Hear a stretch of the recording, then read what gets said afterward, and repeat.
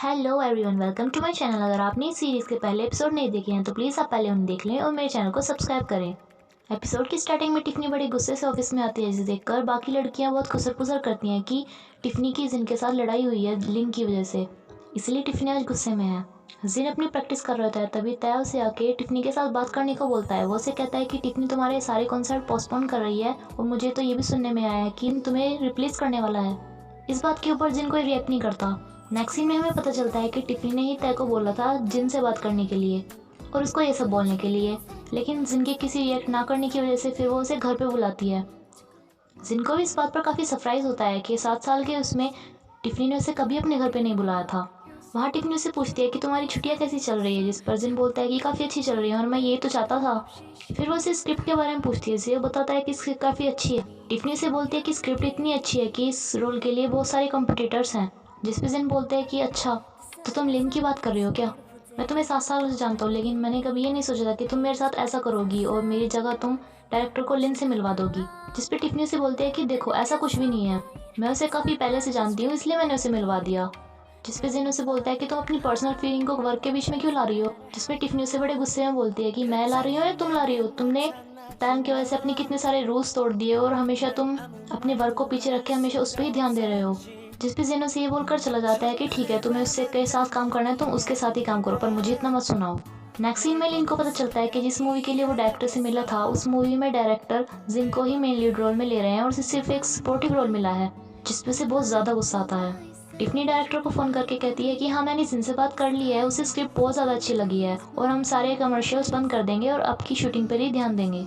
लिन का एजेंट उसे बताता है कि टिफ़नी ने सिर्फ उसका यूज़ किया था जिन को वो रोल दिलाने के लिए। वो लिन को डायरेक्टर से मिलाने में कोई इंटरेस्टेड नहीं थी। जिसके बाद लिन का गुस्सा और भी ज़्यादा बढ़ जाता है। जिन बिना काम के घर पे बोर हो रहा है, तो वो मजाक में ही टैलन को बोलता है कि पता है, तुम्हारी वजह से टिफ़नी ने सस्पेंड कर दिया क्योंकि तुम हमेशा मुझसे डिस्ट्रैक्ट करती रहती हो।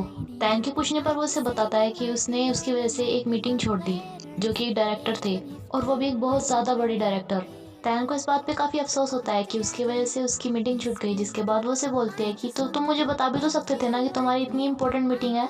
फिर जिन से बोलता है कि चलो, अब तो जो कुछ होना था हो गया, जैसे कि मैं घर पे फ्री हूँ तो हम दोनों स्कीइंग करने के लिए जाते हैं। टैन काफ़ी खुश होती है और फिर वो अपनी फ्रेंड शोकिन को भी कॉल करके बोलती है कि जी ने मेरे लिए पूरा स्काई सेंटर बुक करवाया, तो तुम भी मेरे साथ चलो ना। शोकिन तो उसे वहाँ जाने से मना कर देती है, लेकिन ये बात टिफ़नी सुन लेती है और वो गुस्से में जाके तय को जिन के साथ जाने के लिए बोलती है। जिन और तयन फिर स्काइंग करने के लिए जाते हैं, जहाँ पर जिन उसकी काफ़ी केयर करता है। वहाँ पे तय भी होता है। स्काइंग करने के बाद तैरन जिन को बोलते हैं कि आज मैं काफ़ी खुश हूँ तुम्हारी वजह से। जिस पे जिन एकदम से बोलते हैं कि क्या, मेरे वजह से? तैरन जिन को बोलते हैं कि यून ने मुझे बताया कि तुमने 1 साल मेडिकल की पढ़ाई की थी, फिर तुमने मेडिकल की छोड़ दी।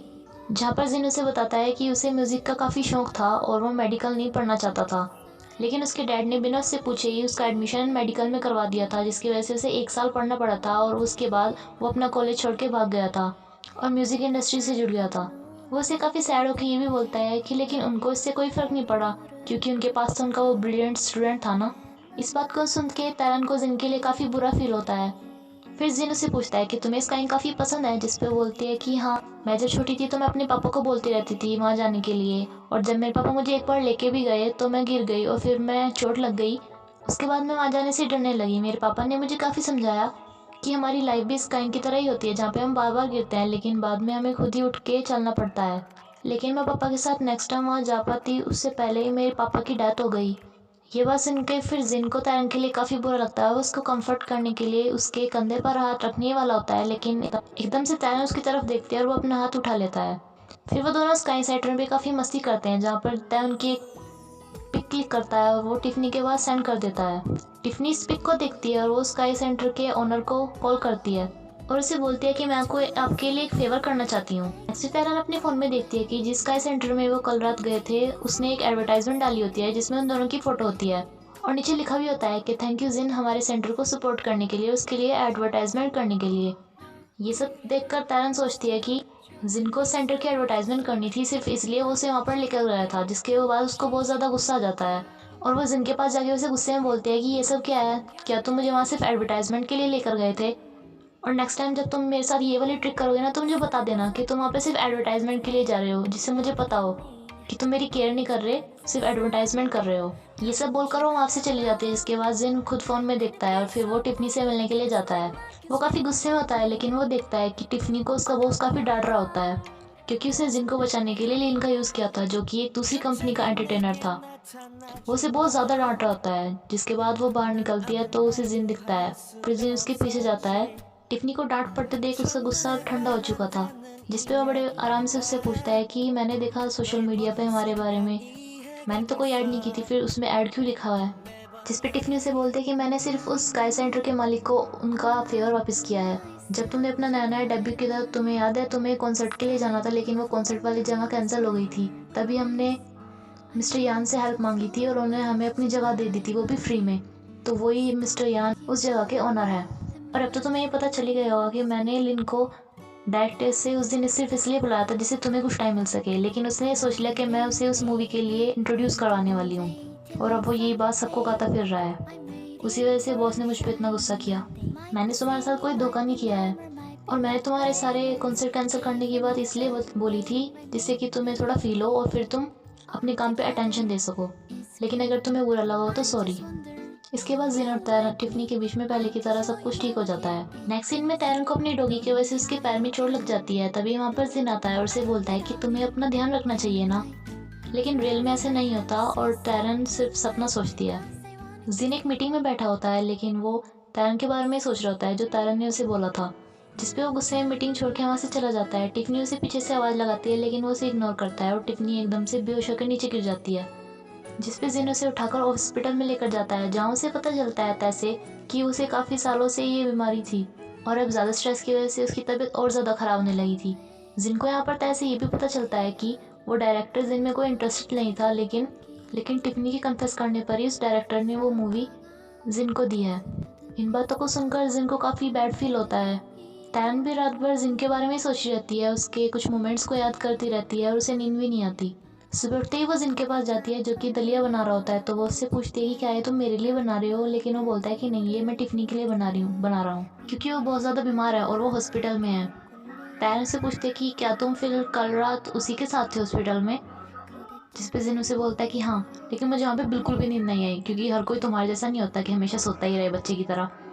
तैयार से बोलते हैं कि अगर कभी मैं बीमार हो जाऊँ तो तुम मेरे लिए भी ऐसी दलिया बनाओगे क्या, जिस पे जिन से बोलता है कि तुम्हें तुम्हें क्या होगा, जिस पे तैयार से बोलता है कि वैसे भी मुझे दलिया पसंद नहीं है, ठीक है।